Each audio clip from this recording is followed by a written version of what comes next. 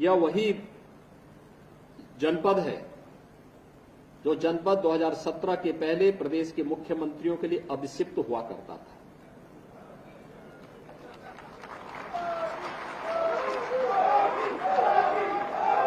और मैं तब ये समझ नहीं पाया था कि आखिर गौतम बुद्ध नगर जनपद उत्तर प्रदेश का भाग है और उत्तर प्रदेश के मुख्यमंत्रियों के लिए अभिषिक्त क्यों है।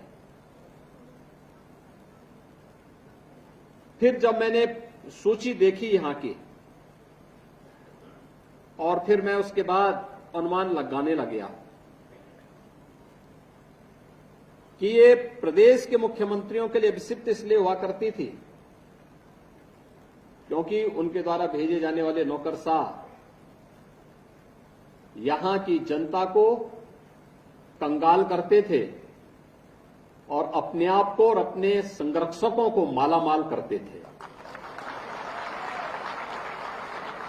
ये तथ्य सामने न आने पाए, इसके लिए उनके द्वारा प्रयास होते थे कि इन तथ्यों पर धूल ही झोंका जाए, जितनी पट्टी बांधी जाए वो गांधारी की पट्टी यहां बंधी रहती थी।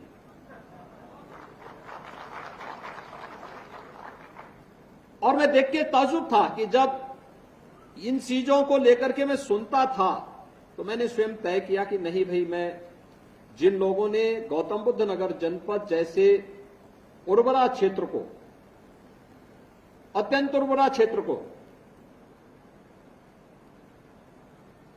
बदहाल किया है, कंगाल किया है, अराजकता और समस्याओं के गर्त में ले जाने का कार्य किया है, वहां मैं स्वयं चल करके देखूं।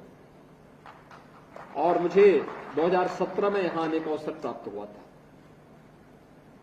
मैं यहां आया था, मैंने यहां की समस्याओं को देखा और मैं धन्यवाद दूंगा अपने सभी मंचस्थ जनप्रतिनिधियों को।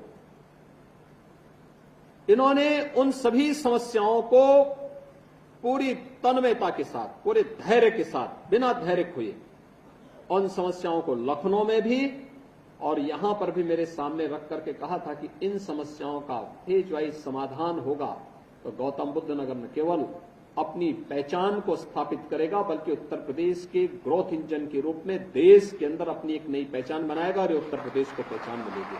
ये सब संभव हो पाया है देश के यशस्वी प्रधानमंत्री श्री नरेंद्र मोदी जी के मार्गदर्शन और नेतृत्व के कारण। उन्होंने जो सकारात्मक वातावरण देश के अंदर दिया उसका परिणाम हम सबके सामने है। 2014 के पहले का भारत और 2014 के बाद का भारत। 2014 के पहले का भारत समस्याग्रस्त था, अविश्वास से भरा हुआ था, न केवल देश के अंदर बल्कि पूरी दुनिया के अंदर भी इस प्रकार का वातावरण था। पूरी दुनिया के अंदर किस रूप में भारत के प्रति व्यवहार होता था।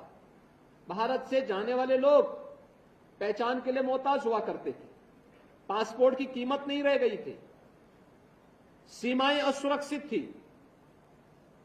देश के अंदर जिस प्रकार का वातावरण उस समय बनाया था, सरकारें भ्रष्टाचार में डूबी हुई थी, आकंठ भ्रष्टाचार में डूबी हुई थी, विकास अवरुद्ध हो गया था, नौजवान हताशा, अन्नदाता किसान आत्महत्या करने के लिए मजबूर था, व्यापारी असुरक्षित था, बेटी असुरक्षित थी, असहाय थी। और उन स्थितियों में 2014 में मोदी जी के नेतृत्व को इस देश ने हाथों हाथ लिया था। मोदी जी ने उस समय देश के अंदर कार्य नहीं किया, उन्होंने केवल देश के एक राज्य गुजरात में मुख्यमंत्री के रूप में अपनी एक शानदार पारी को आगे बढ़ाया था और उस पारी को खेलते खेलते उन्होंने देश के सामने कुछ उदाहरण प्रस्तुत किए थे, कुछ मॉडल प्रस्तुत किए थे, लोगों ने हाथों हाथ लिया।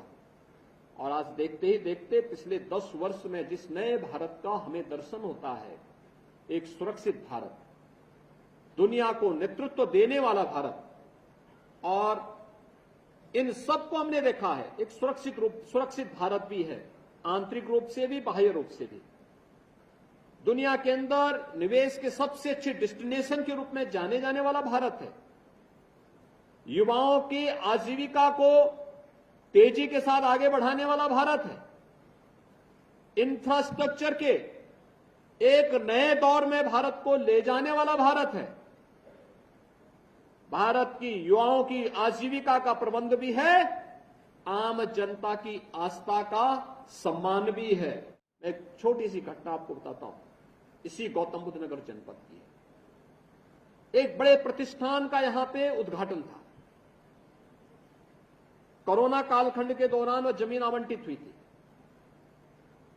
और जमीन आवंटन होने के बाद वह 2022 के अंत में मेरे पास आए कि हमें अपने इस बड़े प्रतिष्ठान का उद्घाटन करना है। तो मुझे विश्वास ही नहीं हुआ कि इतनी जल्दी इतना बड़ा सेंटर, हजारों करोड़ रुपए जिसमें लगे हों, वह तैयार हो गया। मैंने कहा भी मैं रिपोर्ट भी ले लेता हूं, आपने मुझे अपना इनविटेशन दिया है और ये इनविटेशन आपने मुझे दिया है तो मैं इसको एक बार देख लेता हूं। मैंने रिपोर्ट मांगी, मुझे आया कि हाँ साहब ये बन के तैयार हो चुका है और इसके आने के बाद 40,000 करोड़ रुपए के नए निवेश के प्रस्ताव गौतम बुद्ध नगर जनपद में आज इसके साथ ही आ जाएंगे और हजारों लोगों को रोजगार प्राप्त होगा। तो मैंने उनको मैसेज किया, मैंने कहा भी ठीक है हम लोग आ रहे हैं, इसमें काम करना कि मेरे आने के पहले सभी माननीय जनप्रतिनिधियों को इसके लिए आमंत्रण जरूर दीजिए। तो चौंका, कहा जनप्रतिनिधि? मैंने कहा हाँ, वहां के माननीय सांसद होंगे, माननीय विधायकगण होंगे। कहा क्या गौतम बुद्ध नगर में भी, गौतम बुद्ध नगर जनपद में भी सांसद विधायक हैं? अरे हमने कहा क्या गौतम बुद्ध नगर जनपद क्या किसी और जिले का है? वो आके मेरे सामने इस बात को कहे साहब मैं भौचक हूं। मेरी पूरी जिंदगी जिस राज्य में और जिस क्षेत्र में व्यतीत हुई, अगर वहां इतना बड़ा निवेश मैं करता तो अब तक लोग मेरा जीना हराम कर देते हैं। और गौतम बुद्ध नगर जनपद में न कोई सांसद, न कोई विधायक, न कोई अन्य पदाधिकारी, कोई भी मेरे पास कहने के लिए नहीं आया कि इस कार्य में मैं इसको लूंगा, मेरे लोग यहां रहेंगे, फलाना वहां रहेंगे। हर व्यक्ति इस बात के लिए प्रफुल्लित है कि एक नया निवेश हमारे जनपद में आया है और मेरे देश के लोगों को, मेरे प्रदेश के नौजवानों को यहां नौकरी मिलेगी, रोजगार मिलेगा। यह है सकारात्मक योगदान।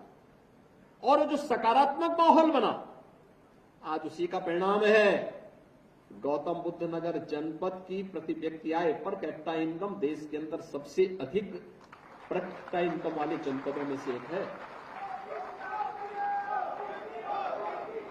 मित्रों, जब अच्छा जनप्रतिनिधि चुना जाता है, अच्छे लोग जनप्रतिनिधि बनकर के चुने जाते हैं, तब इस प्रकार का सकारात्मक माहौल पैदा होता है।